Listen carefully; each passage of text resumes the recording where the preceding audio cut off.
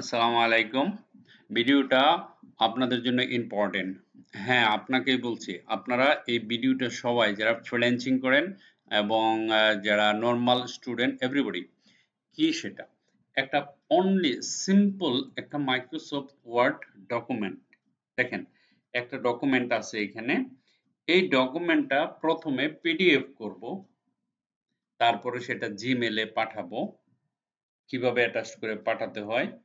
সেই জিমেইলটা ধরেন আপনি পাঠাইলেন বা আপনাকে কেউ পাঠাইলো, তখন কিভাবে ডাউনলোড দিবেন এবং আপনার ব্যবহারের জন্য উপযুক্ত করবেন, এই কাজটুকু আমরা এখন করব। উইদিন 5 মিনিটস লাগবে না, আরো কম। দেখেন কিভাবে। প্রথম, এই ডকুমেন্টটা আমার ডেস্কটপে সেভ আছে, আমি এটাকে পিডিএফ করব। পিডিএফ করলে সেভ অ্যাজ করতে হয়। ওকে, ডেস্কটপে আমি আসি, ফাইলের নাম যেটা আছে সেটাই থাকবে। জাস্ট নিচের ঘরে ক্লিক করে পিডিএফ অংশটা ক্লিক করবেন। কিচ্ছু করা লাগবে না, জাস্ট খালি সেভ বাটনে ক্লিক করবেন। ঠিক আছে, সেভ বাটনে ক্লিক করার সাথে সাথে আবার দেখাচ্ছি ফাইল, সেভ এজ।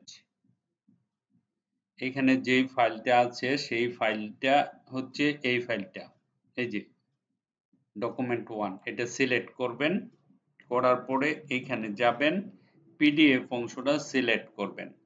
সিলেক্ট করার সাথে সাথে দেখেন পিডিএফ হয়ে গেছে।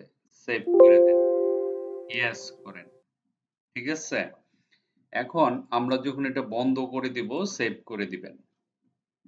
দেখেন এখানে একটা নরমাল ফাইল আছে আর একটা ফাইল আছে।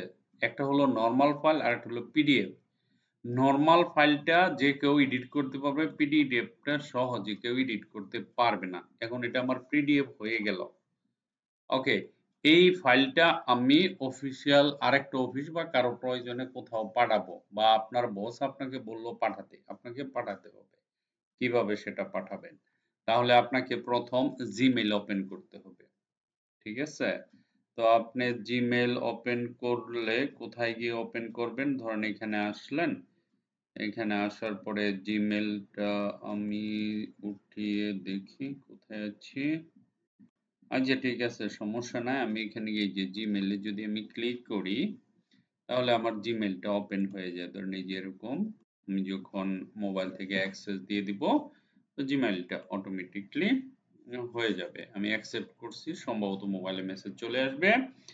ঠিক আছে, এটা সিকিউরিটির জন্য করানো আর কি, আর কিছু না। আমি মোবাইলে অ্যাকসেপ্ট করলে yes I am the person, এটুকু লেখার পরে আপনার ইমেলটা ওপেন হয়ে যাবে। ঠিক আছে, যখন এই যে ইমেলটা ওপেন হবে, এই ইমেলে আপনি কাউকে ডকুমেন্টটা পাঠাবেন। কাকে পাঠাবেন? সেজন্য আপনাকে কি করতে হবে? সর্বপ্রথম কম্পোজে যেতে হবে।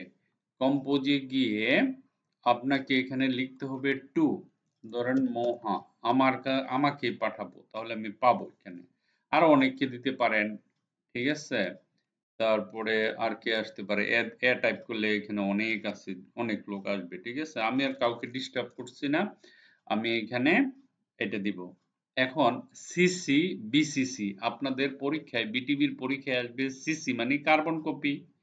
সিসিতে ক্লিক করে আমি এই জিনিসটা আর অনেককে পাঠাতে পারি। ঠিক আছে, ধরেন আমি এখানে যদি, যেমন আমার স্টুডেন্ট নাজিয়া আফরোজ আমার স্টুডেন্ট, তারপরে এম দিলে মোহাম্মদ সেলিম, এটা তো আমারটাই, ধরেন আমি এরকম কপি করলাম। আবার বিসিসি কি? বিসিসি হলো যাকে পাঠাবো উনি দেখবেনই না, উনি ছাড়া আর কেউ এটা দেখতে পারবে না, ব্লাইন্ড কার্বন কপি।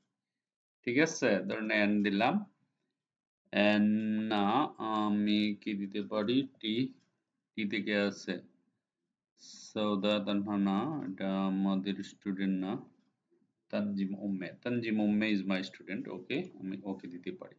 ঠিক আছে, তো এখন আমি যদি এটাকে সেন্ড করি, এটাকে যদি সেন্ড করি, তাহলে এদের কাছে ও ও ওর কাছে যে পাঠাইলাম, এই যে সিসি করছি, ওরা দেখবে না। ঠিক আছে, বাকি সব দেখবে। এখন আমার উদ্দেশ্য তো মেল পাঠানো মানে কি ওই ডকুমেন্টটা সাবজেক্ট দিতে হবে। সাবজেক্ট ধরুন ডকুমেন্ট ডকুমেন্ট দিলাম, ঠিক আছে। তারপরে আমি যাব কোথায়, ডকুমেন্ট হ্যাজ বিন অ্যাটাচড, এই শব্দটা লিখে দিবেন, নাহলে বুঝবে না তো। অ্যাটাচড করা হয়েছে, কিভাবে অ্যাটাচ করব, এই যে জ্যাম ক্লিপের মতো একটা ক্লিপ আছে, এখানে একটা ক্লিক দিবেন, পিডিএফটা সিলেক্ট করবেন, ওপেন করবেন, এই জায়গাটা ভরে যাবে, দেখেন এই যে এই জায়গাটা ভরে গেছে, এখন এটা অ্যাটাচড হয়ে গেছে, আপনি শুধু সেন্ড করে দিবেন। ওকে, যখন সেন্ড করে দিবেন আপনি সেন্ড আইটেমে গিয়ে চেক করতে পারবেন এটা গেছে কিনা, দেখেন এই যে এই লোকগুলির কাছে এটা চলে গেছে। ওকে, আমি যখন ইনবক্সে আসলাম, মানে আমার কাছে আসছে। এখন ধরেন কেউ আপনাকে ডকুমেন্টটা পাঠালো, আপনি কিভাবে ডাউনলোড করে আপনার পিসিতে নামাবেন। কোনো ক্লায়েন্ট আপনাকে এরকম ডকুমেন্ট দিবে, আপনাকে ডাউনলোড করে নামাতে হবে। এই ব্যাপারগুলি আপনি না জানলে ফ্রিল্যান্সিং করতে পারবেন না, বাস্তব কথা যেটা, এগুলি আপনাকে জানতে হবে। এখন অফিস ডকুমেন্ট আমি ডাউনলোড করব, আমি যখন এখানে ক্লিক করব, ক্লিক করার পর এটা এই যে ডকুমেন্টটা ওপেন হয়ে গেছে, এইখানে দেখেন ডাউনলোড বাটন আছে, ডাউনলোড, জাস্ট একটা ক্লিক করবেন, ক্লিক করার সাথে সাথে আপনার ডকুমেন্টটা দেখেন এখানে অফিস ডকুমেন্টটা ডাউনলোড হয়ে গেছে।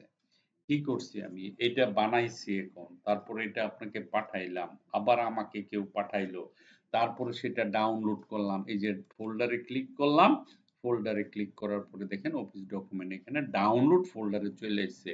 আপনি কি করবেন, এখানে রেখে কপি করবেন, কপি করে ডেস্কটপে যাবেন, ডেস্কটপে গিয়ে রাইট ক্লিক করে এটা পেস্ট করে দিবেন। বলতেছে রিপ্লেস করো, নো প্রবলেম, রিপ্লেস করে দিলাম। দিস ইজ দি ডকুমেন্ট, কোথাও থেকে আসছে, আমি নিয়ে আসলাম। হ্যাঁ, এখন আপনি আপনার এটা অফিসিয়াল কাজে ব্যবহার করতে পারবেন। এটাই ছিল মূল কথা। একটা লোক আর কিছুই জানে না, শুধু এইটুকু যদি জানে, সে অফিসে চাকরি করতেছে, সরকারি চাকরি করতেছে, দিব্যি বেতন নিতেছে, আর কিচ্ছু জানে না, কম্পিউটারের আগাগোড়া কিছুই জানে না, শুধু একটা ইমেল পাঠাইতে পারে, কারণ এটি তার মেন কাজ, বিভিন্ন জায়গায় পাঠাইতে হয়, তার কম্পিউটার জানা লাগে না, এটুকুই জানে। তো আপনি আপনি অ্যাটলিস্ট ফ্রিল্যান্সার, যদি অফিস নাও জানেন, আপনাকে এই কাজটুকু জানতেই হবে, বিচিত্র কোনো মানে বিকল্প কোনো রাস্তা নাই। Each and every student has to know this. Very important. Thank you very much for watching.